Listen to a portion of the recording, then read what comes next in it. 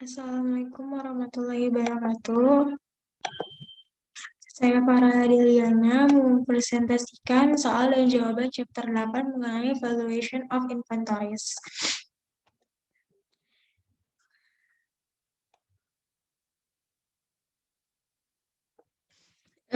Pada soal yang pertama di E82, inventoriable cost dalam audit Anda terhadap perusahaan Garza, Anda menemukan bahwa persediaan fisik pada tanggal 31 Desember 2019 menunjukkan barang dagangan dengan biaya 441.000 ada di tangan pada tanggal tersebut. Anda juga menemukan item berikut semuanya dikecualikan dari 441.000. Satu, barang dagangan sebesar 61.000 US dollar yang dipegang oleh Garza secara konsinyasi pengirimnya adalah perusahaan Bontemps. Dua, barang dagangan seharga 33.000 yang dikirim oleh Garza FOB tujuan ke pelanggan pada tanggal 31 Desember 2019. Pelanggan diharapkan untuk menerima barang dagangan pada tanggal 6 Januari 2020. 3. Barang dagangan seharga 46.000 yang dikirimkan oleh Garza FOB shipping point ke pelanggan pada tanggal 29 Desember 2019. Pelanggan dijadwalkan untuk menerima barang dagangan pada tanggal 2 Januari 2020. 4. Barang dagangan seharga 73.000 dikirim oleh vendor FOB tujuan pada tanggal 30 Desember 2019 dan diterima oleh Garza pada tanggal 4 Januari 2020. Barang dagangan 5. Barang dagangan seharga 51.000 dikirim oleh vendor FOB shipping point pada tanggal 31 Desember 2019 dan diterima oleh Garza pada tanggal 5 Januari 2020. Terus jawabannya yang pertama inventory per physical account-nya 441.000, terus goods in transit to customer FOB destination-nya 38.000, goods in transit from vendor FOB seller 51.000.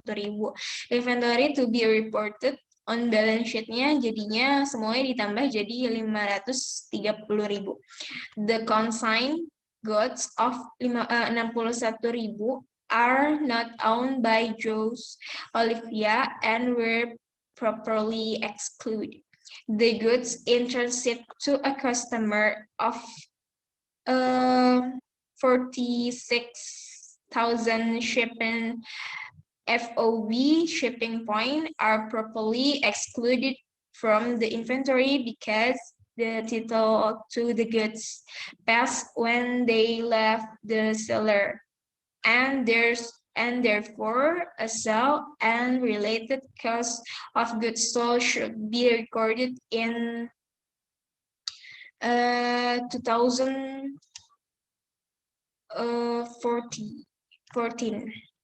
The goods in transit from a vendor of 83,000 shipping of away destination are properly excluded from the inventory because the title to the goods does not pass to Olivia until buyer receive them. Lalu soal berikutnya 815 inventory error pada tanggal 31 Desember 2019 melaporkan aset lancar sebesar 390 dan kewajiban lancar sebesar 200.000. Item berikut mungkin salah dicatat. Corporate menggunakan metode periodik. 1. Barang yang dibeli seharga 22.000 dikirim FOB shipping point oleh pemasok pada tanggal 28 Desember. 2. Menerima dan mencatat faktur pada tanggal 29 Desember 2019, tetapi barang tersebut tidak termasuk dalam perhitungan fisik persediaan corporate karena belum diterima hingga tanggal 4 Januari 2020. 2. Barang yang dibeli seharga 20.000 dikirim FOB tujuan oleh pemasok pada tanggal 26 Desember. Corporate menerima dan mencatat faktur pada tanggal 31 Desember, tetapi barang tersebut tidak termasuk dalam perhitungan fisik persediaan tahun 2019 karena tidak diterima sampai dengan tanggal 2 Januari 2020. Ketiga, barang-barang yang disimpan dalam konsinyasi dari Kishi Ltd termasuk dalam perhitungan fisik persediaan korporat pada 31 Desember 2019 senilai 13.000. Keempat, freight in sebesar 3.000 didebit ke beban iklan pada tanggal 28 Desember 2019. Instruksinya yaitu A. Hitung rasio lancar berdasarkan laporan posisi keuangan. B. Hitung ulang rasio lancar setelah koreksi dilakukan. C. Dengan beberapa jumlah pendapatan sebelum pajak akan disesuaikan naik atau turun sebagai akibat dari koreksi. Yang A. Hitung rasio lancar berdasarkan laporan posisi keuangan yaitu 390.000 dibagi 200 jadi 1,95 sampai 1. Hitung ulang rasio lancar setelah koreksi dilakukan, yaitu 390.000 ditambah 22.000 dikurang 13.000 ditambah 3.000 dibagi 200.000 dikurang 20.000 hasilnya 402.000 dikurang 180.000 hasilnya 2,23 sampai 1. Yang ketiga, yang C, dengan jumlah beberapa pendapatan sebelum pajak akan disesuaikan naik atau turun sebagai akibat dari koreksi. Yang pertama, even, yang satu, understatement of ending inventory-nya itu effect or error-nya itu decrease net income, adjust income increase or decrease-nya itu 22.000. Yang kedua, overstatement of repurchase-nya itu, event-nya itu overstatement of repurchase-nya. If effect or error-nya itu decreases net income, terus adjustment income-nya itu 20.000. Yang ketiga, overstatement of ending inventory-nya itu adalah event, increase net income-nya itu effect or error-nya, terus decrease 13.000. Terus yang keempat, overstatement of advertising expense-nya, understatement of cost of goods sold. Itunya 0, jadi 22.000 ditambah 20.000 dikurang 13.000 hasilnya 29.000. Lalu ada P89, compute FIFO, LIFO, and average cost per week. Itu Sui Company adalah perusahaan multiproduk. Di bawah ini adalah informasi mengenai salah satu produknya. Itu date yang satu per satu, 1 Januari maksudnya, transaksi beginning inventory-nya 1.000, unit cost-nya 12 dolar. Terus tanggal 2 itu purchase 2.000, unit cost-nya itu 18 dolar. Yang kedua sell itu ada 2.500, unit cost-nya 30 dolar. Lalu purchase lagi 3.000 dengan unit cost-nya 23 dolar. Lalu sell lagi 2.200, unit cost-nya 33.000. Instruksinya, bawa biaya unit ke sen terdekat. Hitung harga pokok penjualan dengan asumsi SUI menggunakan A. Sistem periodik aliran biaya FIFO, B. Sistem perpetual aliran biaya FIFO, C. Sistem periodik aliran biaya LIFO, D. Sistem perpetual aliran biaya LIFO, E. Sistem periodik aliran biaya rata-rata tertimbang, F. Sistem perpetual aliran biaya rata-rata bergerak. Yang A. Periodic system, FIFO cost flow, beginning inventory-nya 1.000, terus purchase-nya itu 2.000 ditambah 3.000 jadi 5.000, lalu totalnya unit available for sale-nya 6.000. Terus ada sales-nya itu 2.500 ditambah 2.200, hasilnya 4.700 dikurang dari 6.000 jadi goods on hand-nya 1.300. Nah, ini periodic LIFO-nya 1.000 dikali 12 dolar sama dengan 12.000 dolar, 2.000 dikali 18 dolar sama dengan 36.000 dolar, 1.700 dikali 23 dolar sama dengan 39.100 dolar, 4.700 hasilnya itu 4.700. Terus yang satu lagi itu total hasilnya 87.100. Lalu yang B, perpetual system FIFO cost flow. Perpetualnya itu sama kayak periodik itu 87.100.